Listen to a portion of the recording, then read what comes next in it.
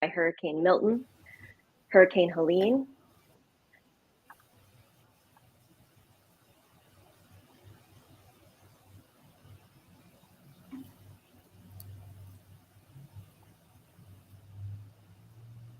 did we start?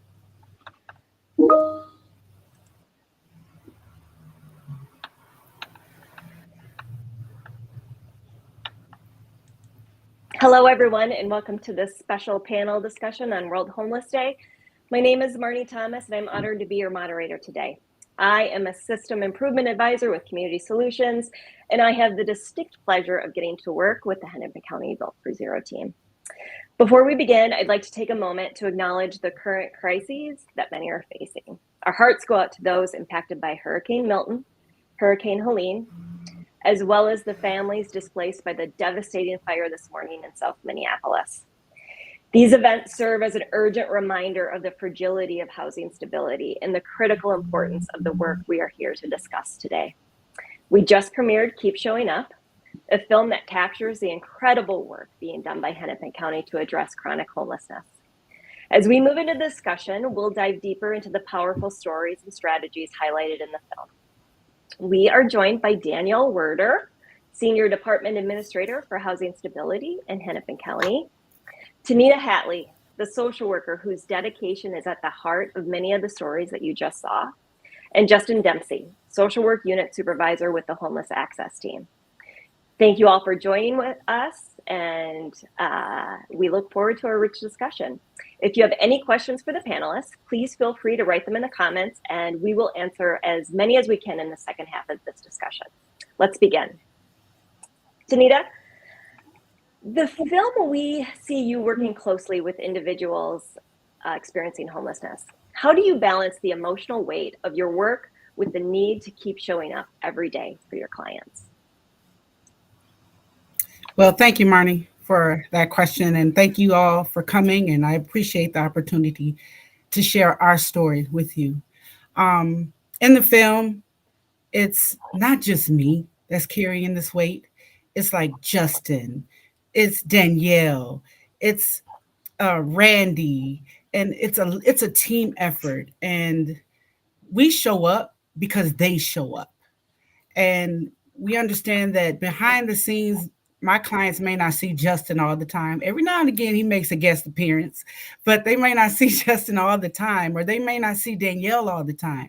But those people are back there working. They're making sure that programs are talking to each other, and they're making sure, checking on us to say, hey, Tnanita, we got some new money. What can we do with this? What do we need? And checking the temperature and the demand of the people. So it's not just me, it's the team. And that's what keeps me balanced and keeps me grounded.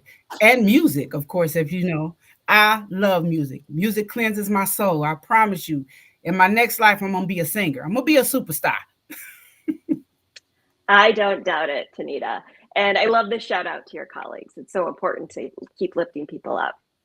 Danielle, Minneapolis is driving significant reductions in chronic homelessness. What systemic changes or strategies have been most effective in reaching this progress? And how do you plan to continue building on them? Thanks so much for the question, Marnie. So some of the most effective strategies have been ones that are best practices nationally, like continuous improvement of our system using real-time data and by name lists, actively and structurally including people with lived experience of homelessness in all of our planning, hiring, and funding work. We iteratively collect data in our homeless management information system, HMIS, and use real-time by name lists to know who people are, where they're staying, what housing they want, what barriers and preferences they may have. And this is so we can use HMIS as a shared coordination, care coordination tool and not have to ask people questions over and over, but instead to ask it once and as a system, use that information to help serve and house people faster. Another major strategy we've invested in was driven by a local advocacy group made up of people with lived experience of homelessness called Street Voices of Change, who created a shelter bill of rights. We've since included in our shelter contracts, but the number one value that group put forward in that document was housing-focused case management for everybody in shelter and on the streets. So we've been able to bring online an internal housing-focused case management team of Right now, 56 full-time employees who have housed over 1,300 people to date since January 2022 with a 94% retention rate. And we also have housing-focused street outreach teams that have housed hundreds of people directly into shelters and housing from the streets. And so, as you mentioned with our chronic work, we're really focused on subpopulations, as we know that not everybody needs the same thing. So trying to bring the right intervention to the right group of people at the right time. And we want to sustain this investment. We never want to move backwards, and both try to do a very person level system while also having a system that is able to serve thousands of people all at the same time. Thanks, Danielle. Those statistics are amazing. And I just want to say congratulations to you and everybody on the team. Justin, the film focuses on resilience, both in the people you serve and the teams doing this work. How do you maintain resilience within your own team to keep pushing towards such ambitious goals? Yes, thank you so much for that question. I think this is an essential component of the work that I do as a supervisor. I think this comes in a couple different ways. I really try to make sure that my staff feel empowered in their role. They are the professionals. They are that expert doing that work on the front lines. And I think I can show them or help them feel empowered by making sure they know that I trust them. I trust them that every day they're doing their best work. They've shown me they do their best work. And I can show that to them by providing them with autonomy in their work. They have the skills and the experience to make those decisions and to move forward with working with their folks. I also try to act as that sounding board, creating space where they can come and just talk about situations, talk about the tough components of the work, and we can just talk about it. Maybe we don't necessarily need a solution, but we can just get it out there. And my hope is by creating that space, it's not going home with them as much because it's really tough work. Also in that space, I look for ways that I can remove barriers or reduce that administrative burden for them and really offer ways to help. What can I take from you to help with the work? And I feel really confident doing that because I know that my manager, Lynn, Danielle, our director, David, have created space for us to bring forward issues that our staff are hearing. What are the pain points? What are the concerns? And they will take that then from me if I can't solve it and help come up with a solution quickly. Last couple points, I try to really promote self-care. Using your PTO. Tina, you had a really tough morning you were telling me about. Why don't you take a couple hours off this afternoon and really just naming it for staff so they feel like it's okay to do that. And lastly, I think part of resiliency is helping individual staff, their work connect to the bigger picture. So letting them know the impact of their work and what it's having on this progress that our community is having is really essential in creating that resiliency. Wow, it just seems like such a healthy work environment that you've created. And I think we saw that a little bit from Tnanita when she gave you a shout out in the film. So I appreciate that you create that sort of environment, both you, Justin, and Danielle. Tnanita, the film highlights the importance of partnerships. Can you share how collaborations with other stakeholders, such as housing authorities or other community organizations or nonprofits, have been vital in the success in getting clients housed? Yeah, so like I said, Justin and Danielle and David, they all look for a solution to the problem, but there's no cookie cutter way to solve it, right? So we all have this common goal that everybody deserves housing. Everybody deserves food. Everybody deserves the basic needs to survive. And I think with that in mind, we look for ways with other organizations. Can you provide food, like shelters and food shelves? We look for ways like, okay, we have this amount of money to house this amount of people. And I go to Justin, I'm like, can this person get housed at this place? It's low income. How much is the income? What are the guidelines? So I look to those guys for the rules and regulations of each individual program. I don't want to do that because that's a lot of paperwork, but I will take on, hey, Justin, I found this housing for this client and hey, this might work. Let's go check it out. And giving the clients the choice. That is amazing. You can live here or you can live here. But we've got an option. Giving people that choice again, because people don't choose to be homeless. So giving that client that choice, that Justin did the research, Danielle did the research, and I'm just the person to give the message. And to me, that's a blessing. That's a blessing to give people back their power. It's a blessing. It's a blessing, and I'm truly grateful for that. Well said, Tnanita. Well said. Justin, what are the key elements of a successful person-centered approach, and how has this approach transformed the way your team works with individuals experiencing chronic homelessness? Yeah, I think the person-centered approach is the foundation of our program in homeless to housing. I think it's that the staff go into the meetings with each of their clients knowing that each client has their own story, and there's no one way to obtain housing. And so my role is really to make sure that our staff have as many tools in their tool belt to meet their clients where they're at, and they're able to join alongside them in this housing journey.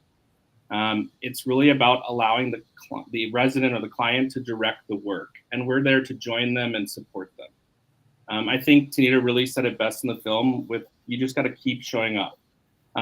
Show clients the system can care about them and that we want to support them. Many folks that we work with have system trauma. And so I would add too, right, you got to keep showing up, and additionally make sure that we're following through with what we say we're going to do. And I think these types of intentional efforts and being person-centered are, in my opinion, what allow our staff to build rapport quickly and gain trust with the folks that they're working with. That's great. Thank you so much.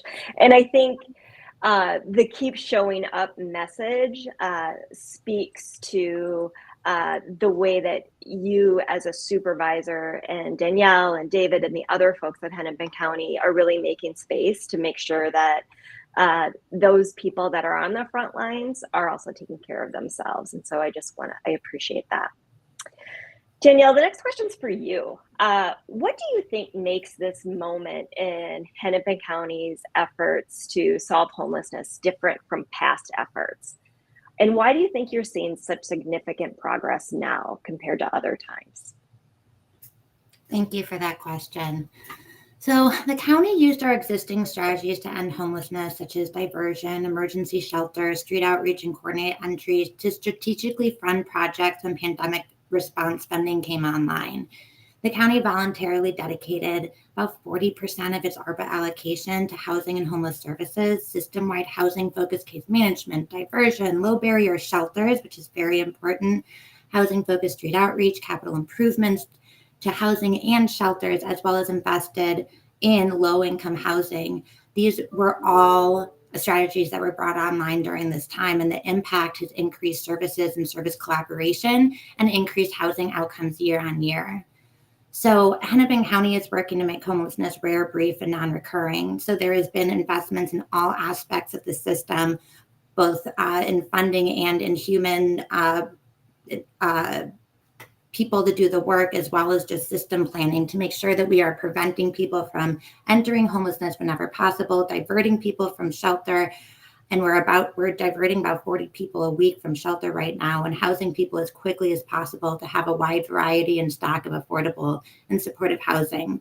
So we believe that we're seeing significant progress right now because we've used everything we've had for our whole community to join together and move in the same direction so that we can try and create the system that is really housing focused and person-centered all at the same time.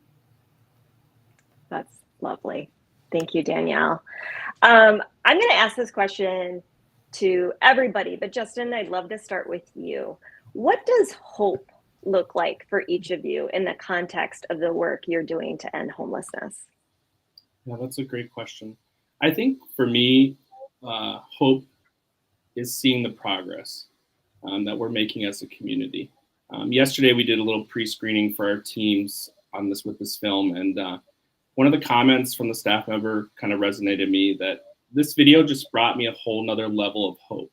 And as a supervisor, I think that meant to me, it's really important, as I mentioned earlier, to help my staff zoom out and instill hope by allowing them to see the impact that their role, their work is having as we are making this significant progress as a community to end chronic homelessness. I love that. Danielle, what does hope look like for you? Hope looks like Tnanita and Justin and the Homeless to Housing team, the Streets to Housing team, and the Coordinate Entry team, and our Family Homeless Response team. It is the people and all of our nonprofit partners. It is the people doing this work. I see so much dedication and so much ingenuity and intentionality. And more than anything, year on year, I see more people truly believing that we can end homelessness. It's not something we just say for fun or because it sounds good, but because we actually have interventions and a system in place that maybe we could do it if we all work together and play our role. So I get hope from the people I work with every day and the people we serve. I love that. Homeless is solvable is not just a soundbite. It is an action that we all take part in to make happen. I love that. Tnanita, what does hope look like to you in ending homelessness? Hope looks like Denise, who just re-signed her lease this year, so she's not homeless anymore. Hope looks like Mr. Frank, who has his medication, has a waiver, has somebody looking after him. Hope looks like relationships that do work and people really do care. And it starts from the top and it comes all the way down. Like Danielle and Justin said, hopes look like us. That's hope. Like each one teach one. Justin knows something that I don't know. I may know something about a client that's kind of different and not a cookie cutter way. We'll go to Danielle. We don't know it all. So we'll figure it out together. That's what hope looks like to me. That's great. Thank you. We are going to move to questions from the viewers in just a second. But before we do that, Tnanita, I would love to know, what message do you want viewers of the film to take away about the journey towards solving homelessness in large cities? Well, if my grandmother was here, she would say, what you've done to the least of them, you've done it unto me. It takes a village. It takes a world change. And it takes one or two, maybe even three people just to show that we care. And so I just want them to look at this film and see that it's not just Tnanita, it's Justin, it's Danielle's, it's Randy, it's Jordan to put the care packages together. We all play a part in housing one person. Each one teach one. So Denise probably is going to tell somebody else, hey, I know this program. And then that person's going to tell somebody else. And then that person's going to tell somebody else. So each one teach one. We all have to work together to make this work.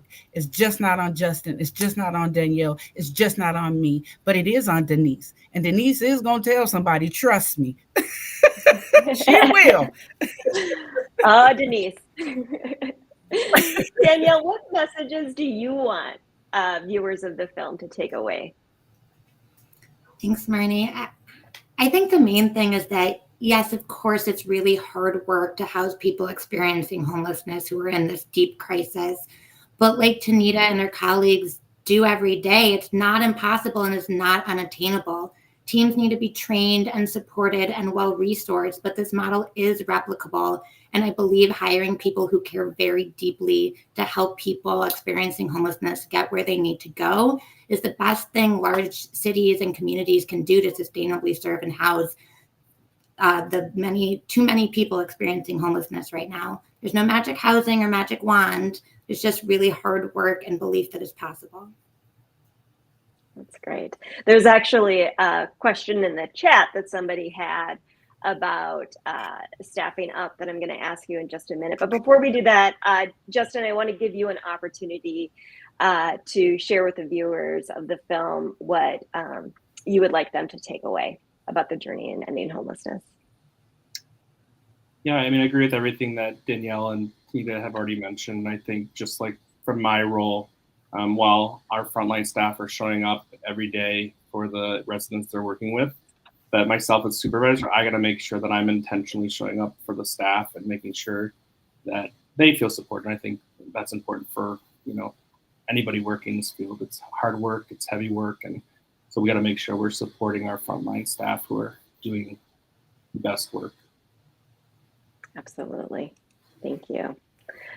All right, Danielle, here is a question specifically for you from our viewers. It sounds like you have provided much more personalized, customized attention to each person experiencing homelessness in Hennepin County. Does that require massive staffing up?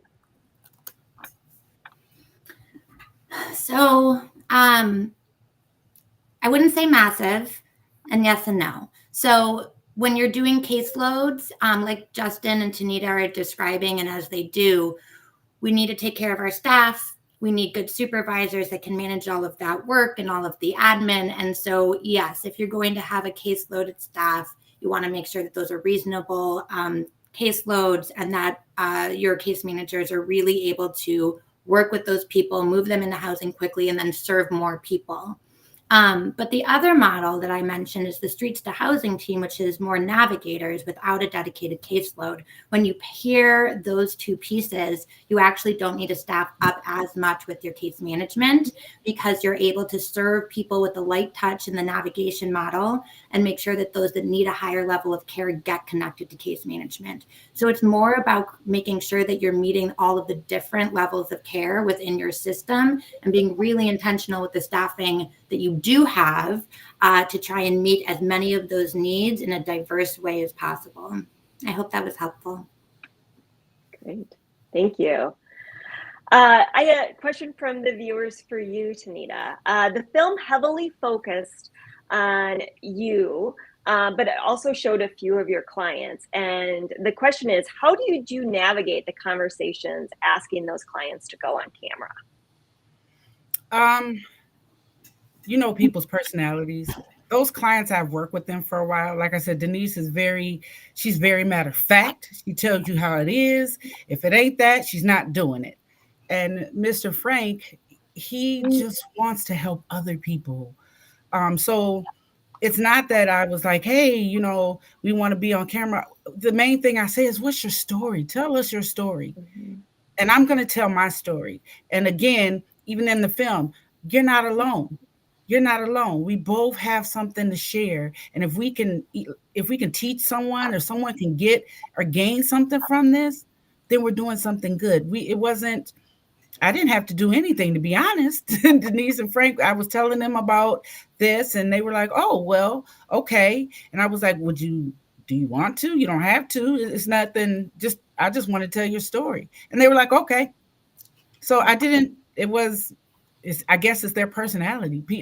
They're human beings. People want to tell, if something good happens to you, you have a good meal, you want to tell somebody about it. If you get housed, they wanted to tell somebody about it. They wanted to tell their story. And this was a platform for it. It all goes back to client choice, right? Mm-hmm. Giving them the opportunity. Mm-hmm. Great. Okay, it looks like we have a few more questions that showed up in the chat. Here's a question for you, Danielle. The big question is, how soon will Hennepin County get to functional zero? A year, 2 years, 3? That is the big question. Thank you for that. So as Community Solutions really models, we do believe that goals are valuable and really important parts of our work. Without goals, we're just kind of crossing our fingers and hoping for the best. So we have set the goal, and every person housed towards this goal is a success toward the end of 2025. However, what that goal really is making sure that we're measuring and making incremental gains month on month. We do hope it's as soon as possible. And we're working really hard and intentionally to make that happen. So we'll keep you posted. Yes.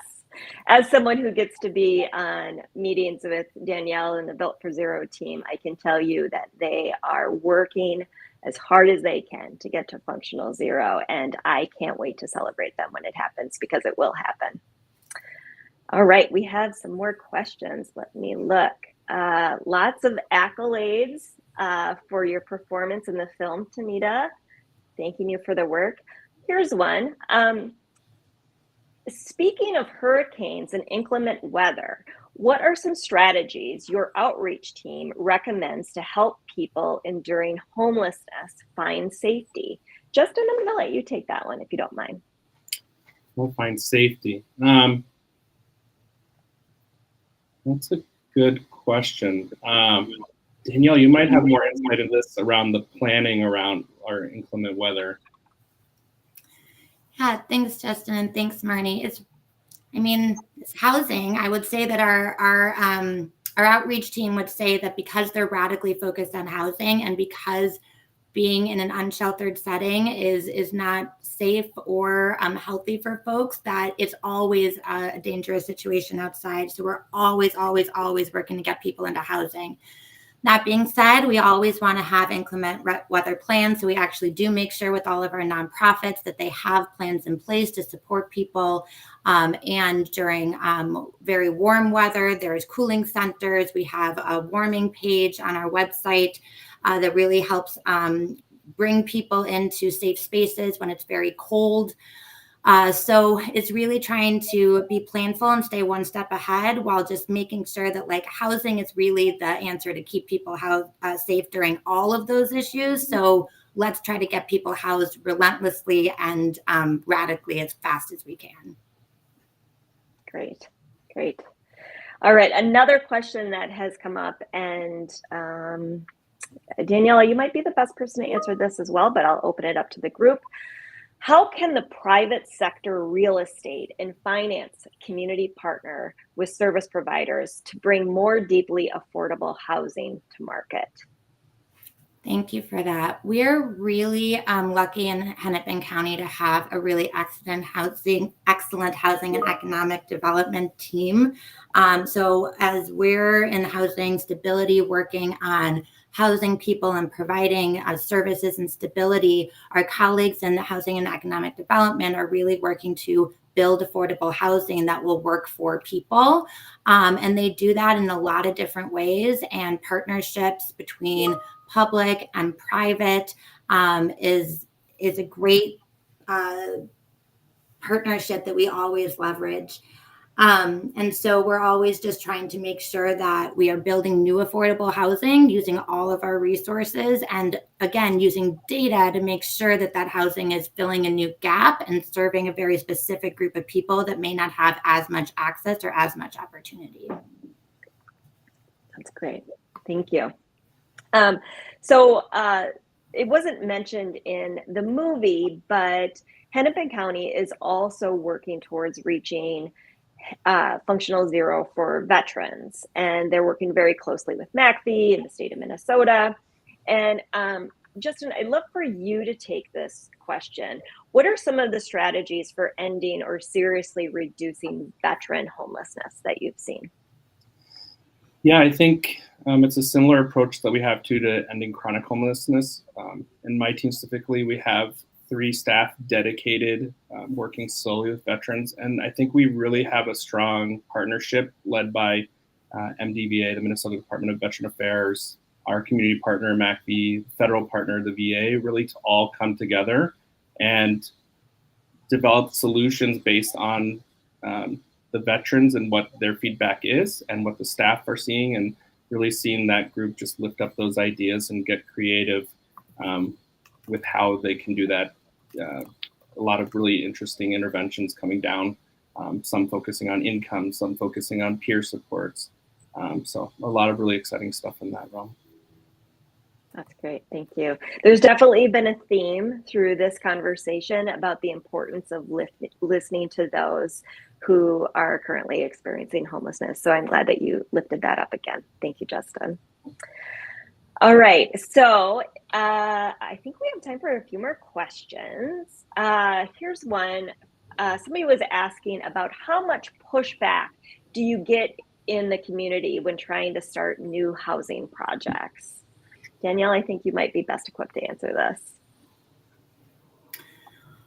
Well, as our Director of Housing and Economic Development, Julie Welly-Ayers, often says, is that once people end up moving in, the neighborhood doesn't really notice, because people are just people and they look exactly like their neighbors. So it's really about how to message that and how to also message intentionality around filling gaps in the system that serve the whole community, right? So being able to translate what people care about and what people see into the housing that's being developed in their neighborhood, and that it is a positive thing, and that it has been thoughtfully developed, and there are supports on site, and you can talk to us. We will show up at your community meeting. You can ask us questions. We are part of your community too.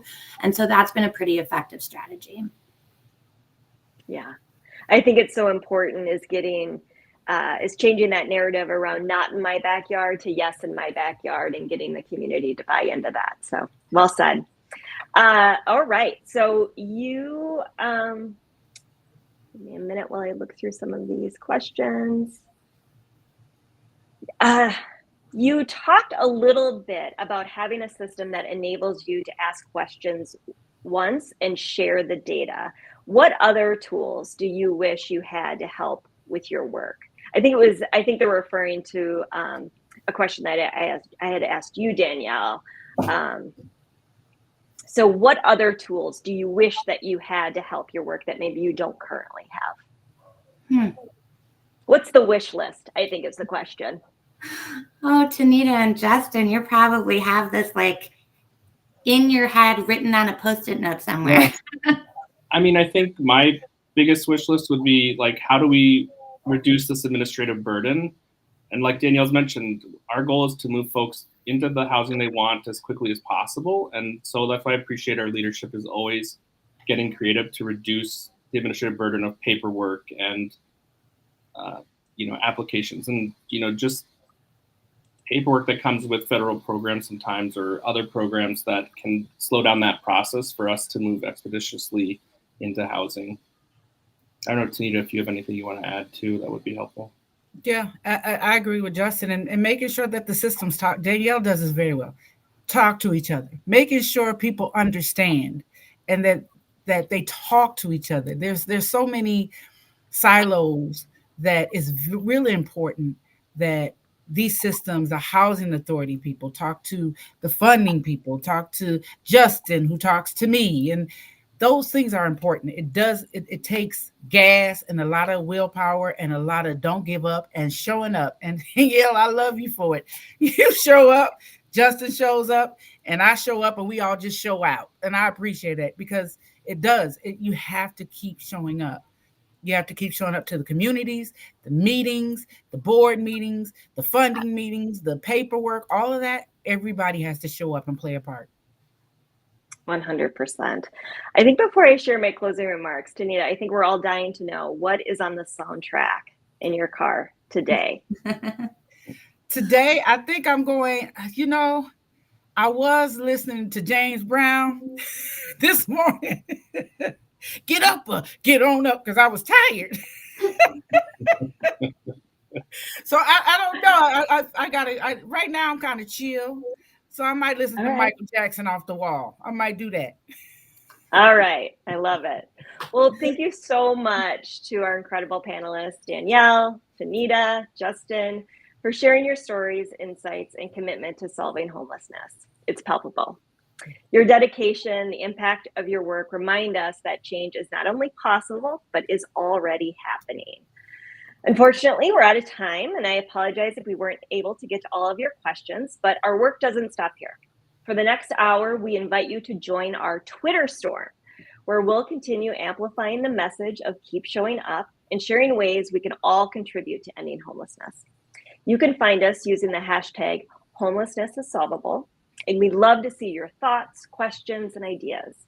The QR code is on the left side of the screen, and it will direct you to our Twitter Storm landing page where you can find sample posts and graphics.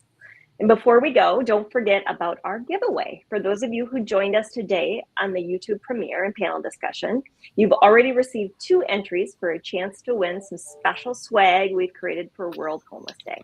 If you participate in the Twitter Storm, you'll get up to 20 more entries. Thank you for being with us today. Have a good one.